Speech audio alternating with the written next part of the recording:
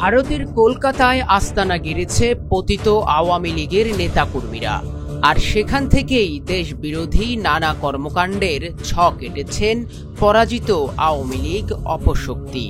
এবার এমনই খবর উঠে এলো গণমাধ্যমের পাতায়। দৈনিক আমার দেশ পত্রিকায় প্রকাশিত এক প্রতিবেদনে বলা হয়েছে, ভারতীয় গোয়েন্দা সংস্থা আইবিএ নিশ্চিত করেছে কলকাতায় অবস্থান নিয়েছে 734 জন পলাতক আওয়ামী লীগ নেতাকর্মী।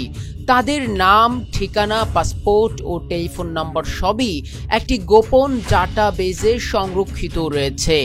গত 5 আগস্ট শেখ হাসিনা ভারতে পালিয়ে যাওয়ার পরপরই সেসব নেতারা পরিবার পরিজন ও ব্যক্তিগত সহকারীদের নিয়ে কলকাতায় গিয়ে ডেরা বাঁধেন। কিছু পলাতক নেতা গণমাধ্যমে খোলাখুলি স্বীকার করেছেন তাদের পালানোর কথা, আবার অনেককে দেখা গেছে আন্তর্জাতিক টক শোতে বাংলাদেশের বর্তমান অন্তর্বর্তী সরকারের সমালোচনায় মুখর হতে। যদিও 5 আগস্টের পর বাংলাদেশ সরকার তাদের পাসপোর্ট বাতিল করেছে, তবুও রহস্যজনকভাবে তারা নতুন বৈধ পাসপোর্ট সংগ্রহ করেছেন। ওই প্রতিবেদনে বলা হয়েছে, কলকাতায় অবস্থানরত কয়েকজন সাবেক পুলিশ ও সামরিক কর্মকর্তা সরাসরি ভারতীয় গোয়েন্দা সংস্থার সঙ্গে সমন্বয় করছেন। অনুসন্ধানে আরও জানা গেছে, দীর্ঘদিন ধরে বিপুল অর্থ পাচার করছেন এই নেতারা। তাদের পারিবারিক ব্যয়ের সিংহভাগই এখনো হুন্ডির মাধ্যমে বাংলাদেশ থেকে পাঠানো হচ্ছে।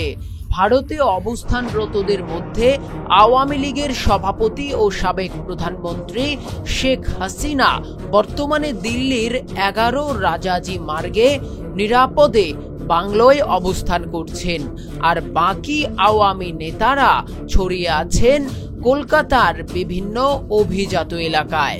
কলকাতায় আশ্রয় নিয়েছেন সাবেক মন্ত্রী ওবায়দুল কাদের, শেখ সেলিম, মায়া চৌধুরী, জাহাঙ্গীর কবির নানক, আসাদুজ্জামান খান কামাল সহ আওয়ামী লীগের শীর্ষ পর্যায়ের বহু নেতা।